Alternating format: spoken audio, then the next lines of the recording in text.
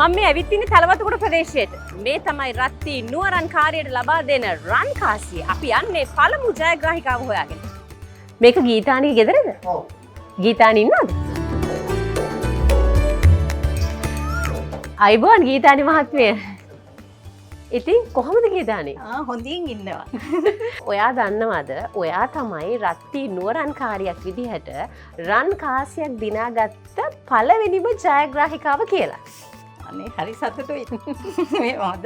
අලුත් අවුරුදු තෑග්ග කලින්ම ලැබුණා. ඔව්. මම කාලයක් තිස්සේ රත්ති තමයි පාවිච්චි කරන්නේ. ඉතින් මට මේ ලෙවලයි මුච්ච ජයග්‍රහණය මම හුඟක් සතුටින්.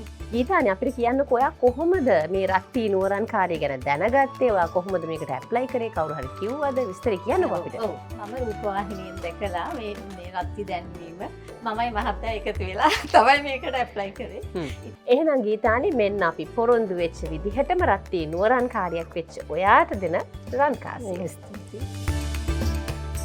ගීතානි වගේම රත්ති නුවරන්කාරියක් වෙන්න හුඟක් අය ආසාවෙන් බලාගෙන ඉන්නවා. එයාට මොනවද කියන්න තියෙන්නේ? මම වගේම රත්ති නුවරන්කාරියක් වෙන මේ තරඟයට ඇතුළත් වෙලා ජයග්‍රහණයක් ලබා ගන්න.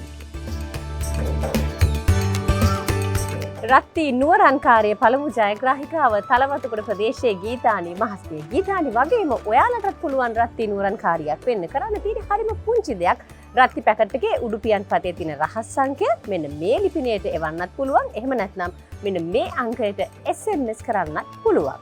රත්ති කියන්නේ හැමදාමත් නුවණක්කාරියන්ගේ තේරීමක්. රත්ති නුවරංකාරී